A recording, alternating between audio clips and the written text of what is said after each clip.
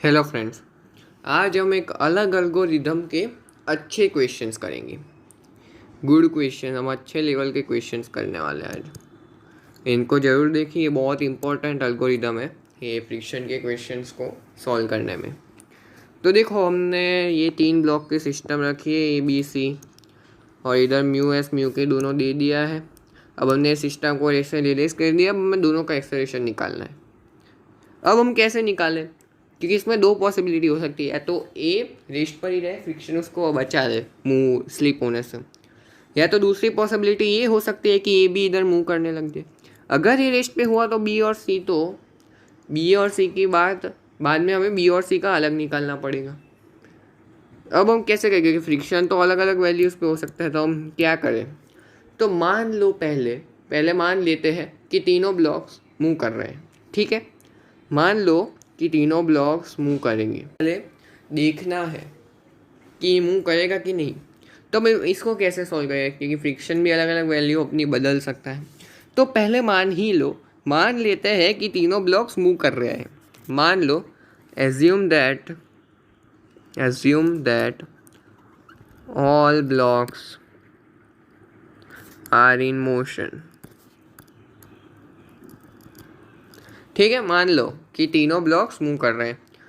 अब जब मूव कर रहे हैं तब तो फ्रिक्शन के लिए काइनेटिक फ्रिक्शन लगता है, और जो कांस्टेंट होता है, तो फ्रिक्शन जो लगेगा, friction will be kinetic friction. Kinetic friction लगेगा। अब हम तीनों में टेंशन डिस्ट्रीब्यूट करते सब में।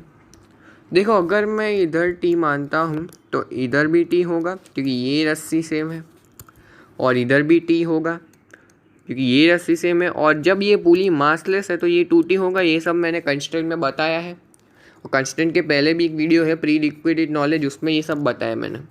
तो इधर भी टी होगा, यानी कि अब टेंशन हमने डिस्ट्रीब्यूट कर ली है। अब हम तीनों के एक्सेलरेशन मान लेते हैं। ये ए से जा रहा है, बी वाला नीचे बी से जा रहा है, और सी वाला ऊपर सी से जा रहा है। अब ये कंस्टेंट और फ्रिक्शन दोनों का मिक्स सवाल है, लेकिन कंस्ट्रेंट वैलिड ही होगा। कंस्ट्रेंट किस पे डिपेंडेंट है कि फ्रिक्शन मास, स्ट्रिंग मासलेस है, उस पर डिपेंडेंट है, प्लस उस स्ट्रिंग की लेंथ कांस्टेंट रहेगी। अब वो फ्रिक्शन से क्या फ़र्क पड़ेगा, अगर फ्रिक्शन आ भी गया तो भी उससे स्ट्रिंग की लेंथ में थोड़ी कोई फ़र्क पड़ने वाला है। यानी कि हम कंस्ट्रेंट इसमें अप्लाई कर सकते हैं। जब हम कंस्ट्रेंट अप्लाई कर सकते हैं तो फिर चलो अप्लाई करते हैं। पहले हम एफ बनाते हैं। देखो, ए पे वापस से हम डायग्राम बनाते हैं।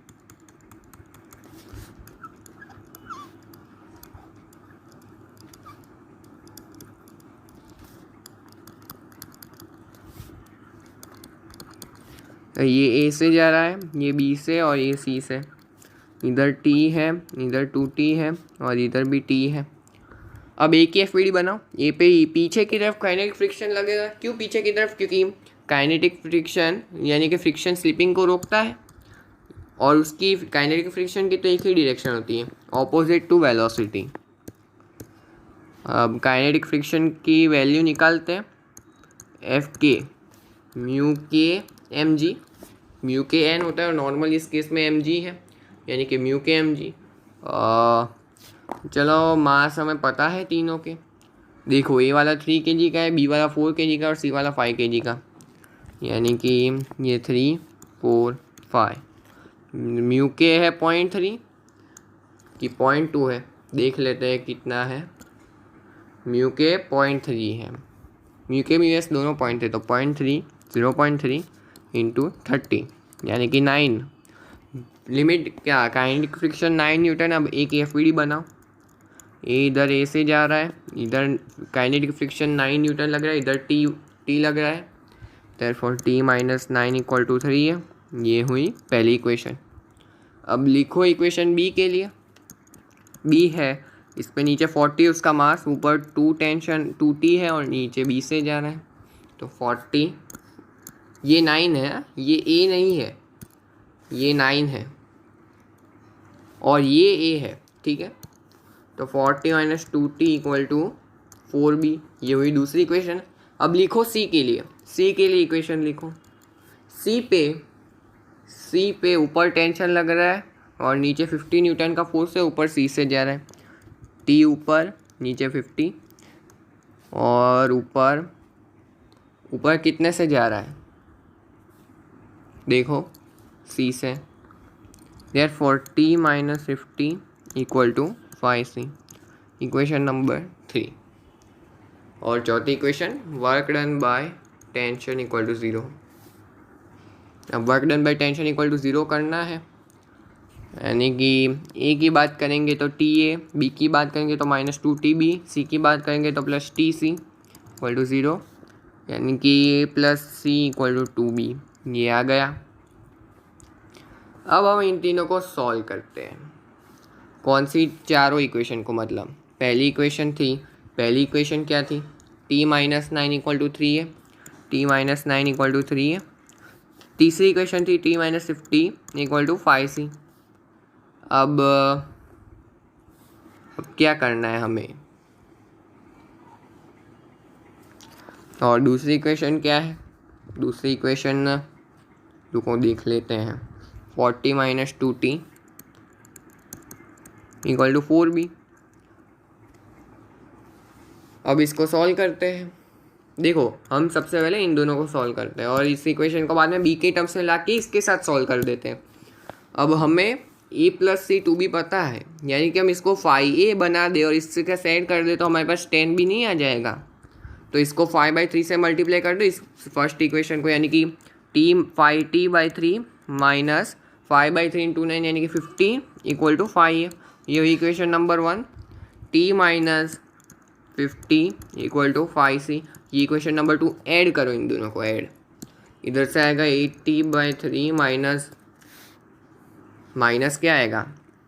ये 50 है, तो plus 35 equal to 5 into A plus C. अब ए प्लस सी के 2b डाल दो, तो 80/3 प्लस 35 इक्वल टू 10b।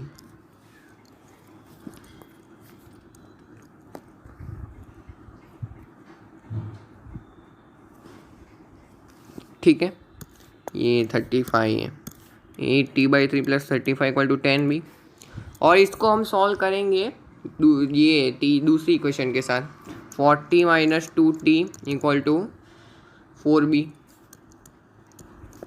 इधर से b आ जाएगा। b क्या आएगा? b और t दोनों आ जाएंगे। देखो, सबसे पहले हमें निकालना है b, यानी कि टेंशन को एलिमिनेट करना होगा। तो इधर 80/3 है, तो इधर ये इसको भी 83/3 बना दो।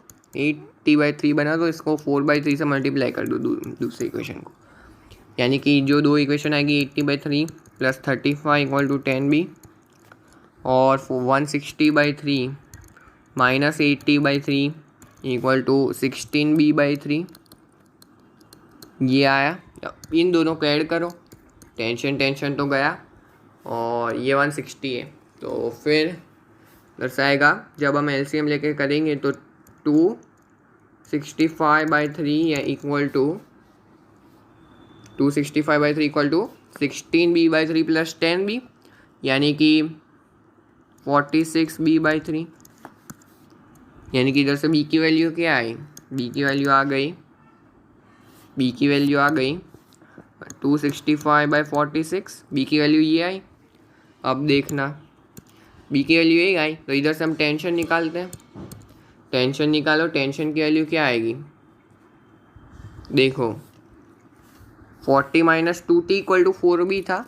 40 minus 2t equal to 4b था। b की जगह ये डाल दो, तो इक्वल टू 4 इंटू 265/46, यानी कि 1060/46। 40 माइनस 2t, तो इधर से 2t आएगा, t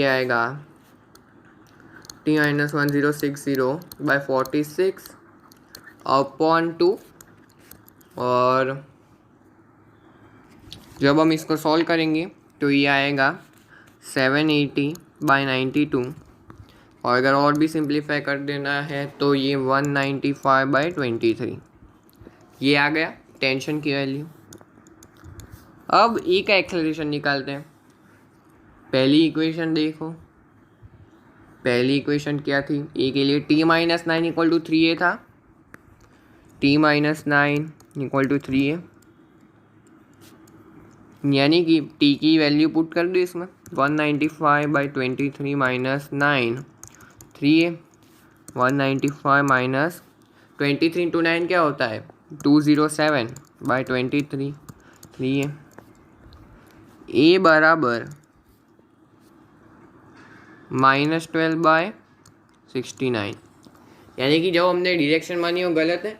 लेकिन इसमें ऐसा मत सोचना, अगर ये नेगेटिव आ गया यानी कि ए पे हमने इस तरफ माना था लेकिन अब नेगेटिव है यानी कि एक्सेलरेशन इस तरफ है, तो इस तरफ कौन सा फोर्स है, फ्रिक्शन। अब फ्रिक्शन जो काइनेटिक फ्रिक्शन है वो टेंशन से बढ़ गया तो स्लिपिंग स्टार्ट हो गई, लेकिन इससे हम बोल सकते हैं कि फ्रिक्शन की वजह से स्लिपिंग स्टार्ट हुई, लेकिन असल में फ्रिक्शन स्लिपिंग को रोकता है। यानी कि इसमें हमें पता चल गया कि जो फ्रिक्शन है वो काफ़ी है, फ्रिक्शन काफ़ी है ये ए को रोक पाने में, ए को सफलता से रोक पाने में टेंशन काफ़ी है। यानी कि ए पे जो अब फ्रिक्शन लगेगा वो स्टैटिक फ्रिक्शन लगेगा और स्टैटिक फ्रिक्शन ही इसको आसानी से रोक देगा। यानी अब इसमें टेंशन यही जो हमने टी निकाला वो टेंशन अब नहीं रहेगा, टेंशन कुछ बदल जाएगा और ये फ्रिक्शन की वैल्यू बाद में हम निकाल सकते हैं। तो देखो ये भी बहुत इंपॉर्टेंट कंसेप्चुअल एल्गोरिदम है। देखो मैं वापस समझाऊंगा ऐसा क्यों। एक्सेलरेशन नेगेटिव है यानी कि इसका एक्सेलरेशन इस तरफ था, यानी कि फ्रिक्शन काइनेटिक फ्रिक्शन जो स्लाइडिंग को रोकना चाहता है वही स्लाइडिंग करवा रहा है, ऐसा तो हो नहीं सकता। यानी कि फ्रिक्शन की वजह से फ्रिक्शन टेंशन से ज़्यादा हो गया, फ्रिक्शन टेंशन से ज़्यादा हो गया, यानी कि अब जो ये ब्लॉक फ्रिक्शन कैपेबल है इस टेंशन को रोकने में, यानी फ्रिक्शन कैपेबल है स्लिपिंग को रोकने में, उतनी ताकत है। यानी कि अब ये स्लिपिंग को बढ़ाएगा नहीं, सिर्फ स्लिपिंग को रोकेगा, यानी कि ये टेंशन को ये बैलेंस कर देगा और इसका एक्सेलरेशन 0 हो जाएगा। अब टेंशन इसमें बाद में बदल